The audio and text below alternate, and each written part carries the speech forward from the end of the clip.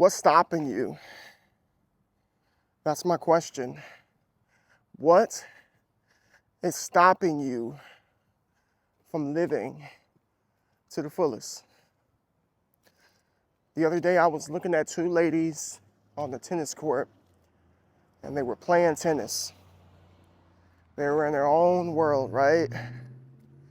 And this is something that I see all the time at the park that I go to. But there was just something special about yesterday when I saw these two ladies playing tennis. After they got done with their rounds, they sat down on the bench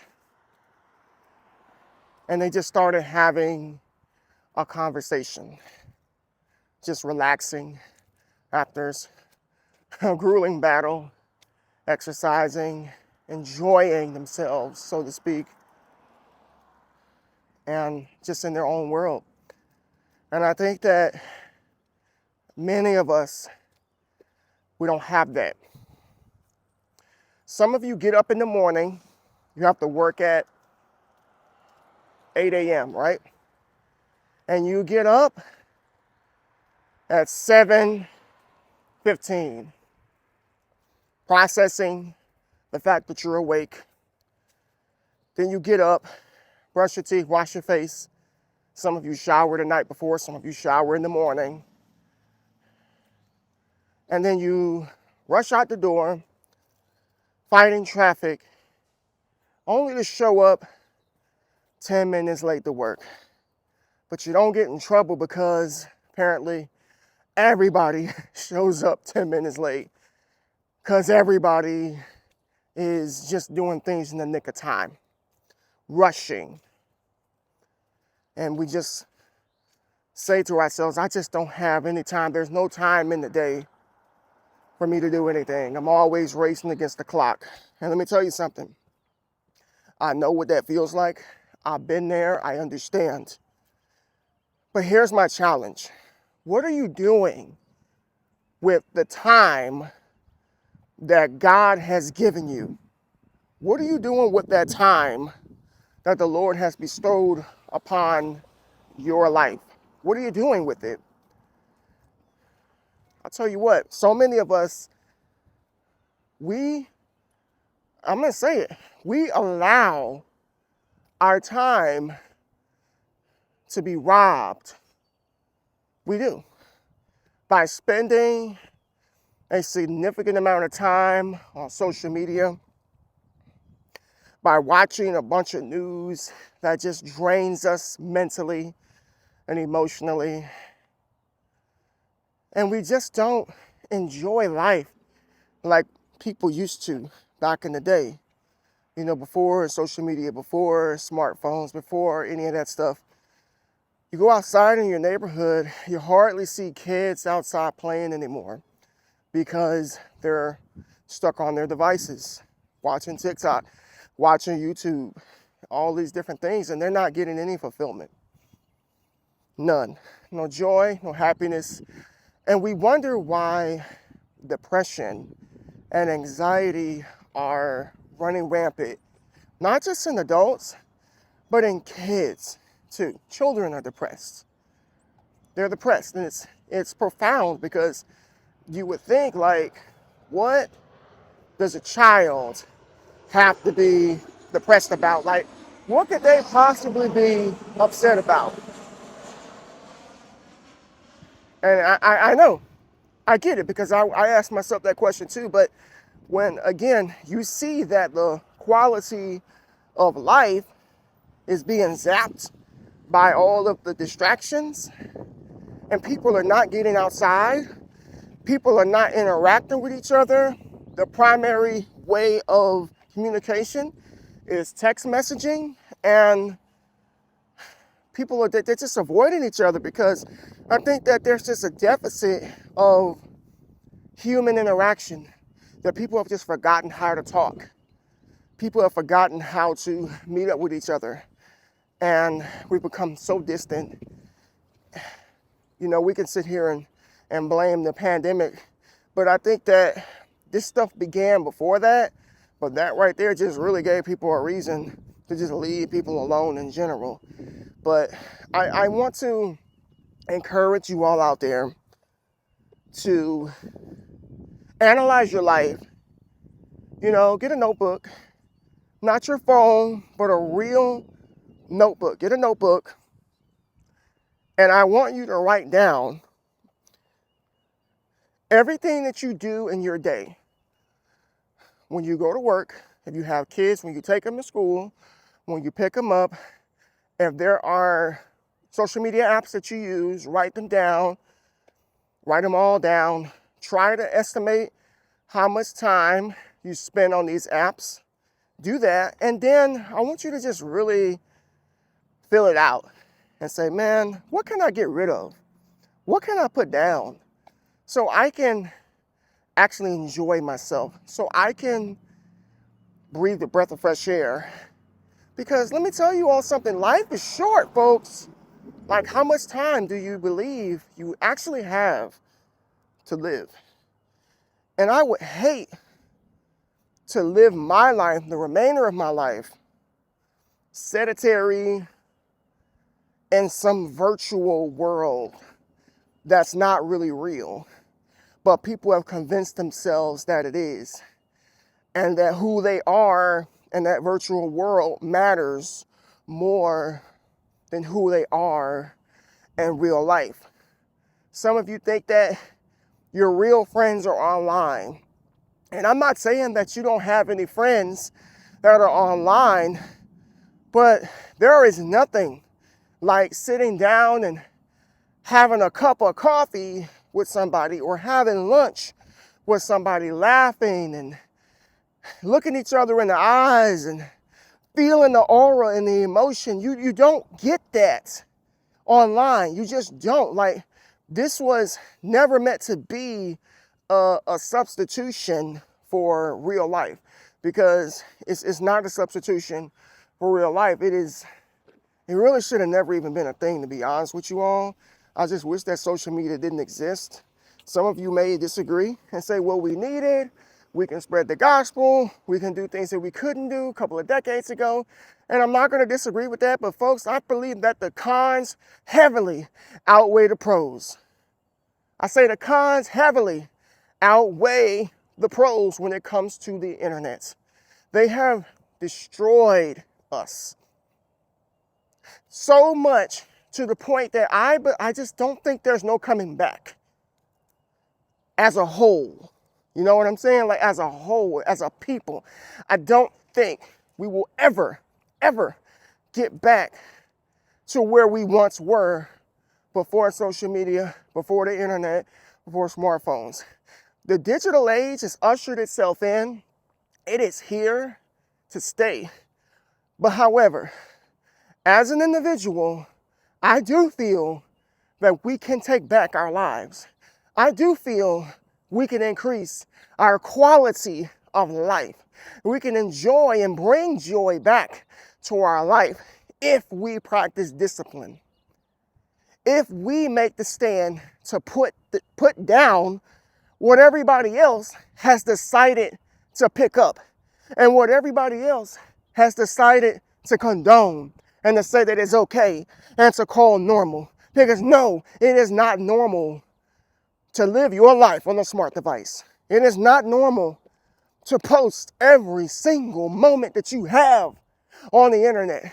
It's not normal for people to see the inside of your house, to see your license plate on your car, to know the intimate moments in which you have with your family. It's not normal.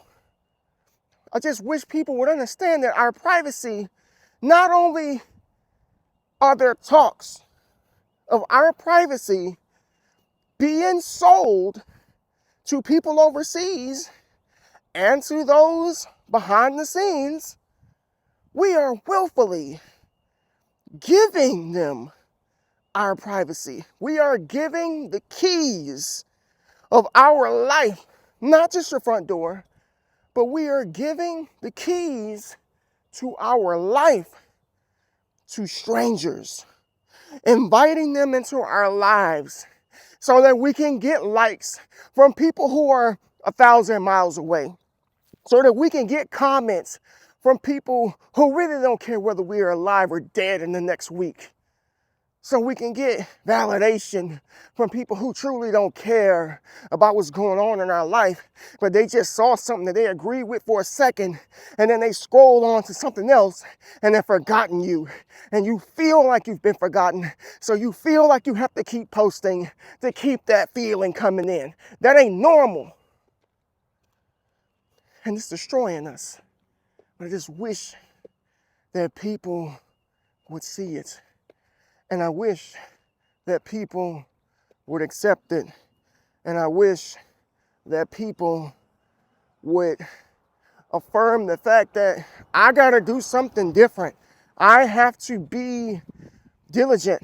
I have to be aware and intentional on how I live my life. Now, some of you are not gonna care about anything that I'm saying right now. And you're gonna keep doing what you're doing. And maybe you're happy. Maybe you're okay. So don't let me stop you. But I just want to get you thinking and get the gears turning. It didn't used to always be this way. I don't know how old some of you are. I looked at the demographics of the people that watch this video between 25 and 45 years old. But if you're younger than that, it didn't used to always be this way. Once upon a time, we didn't have the internet, and we had fun. It was just fine. Kids were not depressed. We were happy. The streets were full of kids playing on big wheels, playing on their bikes, playing tic-tac-toe and hopscotch and jumping jacks and jump rope. We were doing a lot of stuff. We weren't on smart devices. We weren't on our TVs. We weren't doing any of those things, and we were just fine. Once upon a time, we had toy stores, Toys R Us, KB Toy Stores. We had all the QZR, virtual laser tag, Blockbuster Video, Hollywood Video.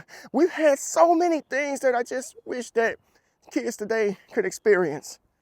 But they've all been born and ushered into this bland, drone-like society that we call the digital age, and it's normal to them. And it makes me afraid for the future. It makes me afraid that we're going to see a world of just emotionless people who have no good communication skills, who don't try to interact with each other, and who just think that what they see on the screen is absolute. And that's just the way that it is, and this is normal. And that is what the enemy is trying to convince everybody, that this is normal, when it's not normal. It's not normal to be buried in your phone for 12 to 16 hours a day. It's not normal to wake up in the morning searching for your phone because you've been conditioned. It's not normal, folks. Y'all believe in transhumanism, merging man with machine? It's already happening, because most people feel like without their phones, they have nothing. Most people feel like if they don't have their phone, they're gonna fall apart. Most people feel like if they don't have their phone, they're just not gonna make it throughout the day, and they have got to go back and get that phone. That's how they feel. It's already happening, folks. Listen to me. It's not normal. Take back your life. Do what you can within your power to take back your life. Get outside. Get some fresh air. A lot of people don't even look up in the sky anymore. If you would just look up in the sky, you would see that there are signs in the heavens that people are not even talking about, because they're not even aware. They don't see it because their heads are buried in their phones, and they're looking down because they're tired, and some of their necks are sore because they look down so much and it hurts just to look up. But there's so many things going on around us that people are not even aware of. You know, child trafficking and human trafficking is so high. You know why? Let me tell you why. This might hurt some of y'all's feelings. But you parents out there, you're so distracted. You're so worn out from working so much. And I'm not saying don't work, but you're so worn out from working so much. You're so distracted by your phones that your kids are ending up missing. I've seen so many kids at the park playing, and their mothers are sitting down looking at their phones, and they don't even know where their children are because they're buried on Facebook. They're buried on Twitter. They're buried on Instagram. Where's my daughter? Where's my son? Well, had you been paying attention, you would have known where they were, and you would have seen your surroundings, and you would have seen those creeps and those pedophiles in the bushes or standing over by the fence, not even trying to hide because they know their mom and dad are distracted. A lot of you don't talk to your kids about safety. And this is where the lack of communication comes in because parents don't talk to their kids anymore. A lot of you don't tell your kids to look around you. Watch your surroundings. Watch those people. Look out for that person. Look out for this person. Scream for help. Yell for help. It's bad. It's bad, folks. The increase of wickedness and the increase of evil is because that people have decided to lay down their will and lay down their own privacy and stop communicating and stop interacting. And what it has done is it has opened up doors to wickedness. It has opened up portals for demonic activity. It has opened us up. The quality of life. What will you choose? Are you going to live, or are you going to keep on in this matrix that the enemy is proud to have you in? Because so many of us are warped into it. And I'm not going to sit here and act like I'm perfect. I'm not going to sit here and act like I wasn't buried in my phone. But let me tell you something. The Lord is waking up people. And when I saw the other day, woke me up completely. Looking at those two ladies just innocently playing tennis. I took so much from that. So much that they were loving life. They were enjoying themselves. They were happy. They were having fun. And a lot of people these days, you wonder why everyone's so angry. Why is everyone always frowning up? You say good morning to people, they look at you like you just stole something from them. You hold the door open for people, they don't say anything to you. People flicking you off in the morning, rushing to work because they don't give themselves enough time to get up in the morning to say a prayer for Lord, guide my lips, guide my actions, protect me from evil. You just get up just in the nick of time to race through traffic, to run red lights just to get to work. And then you wonder why my life is in array. You wonder why things are the way that they are. You wonder why you just can't catch a break. Well, maybe it's because you're too distracted. Amen. God bless you. Hey, if this touched you, I need to hear you. I need to hear your voice. I need to hear from you. Subscribe to the channel if you're new. God bless. Peace.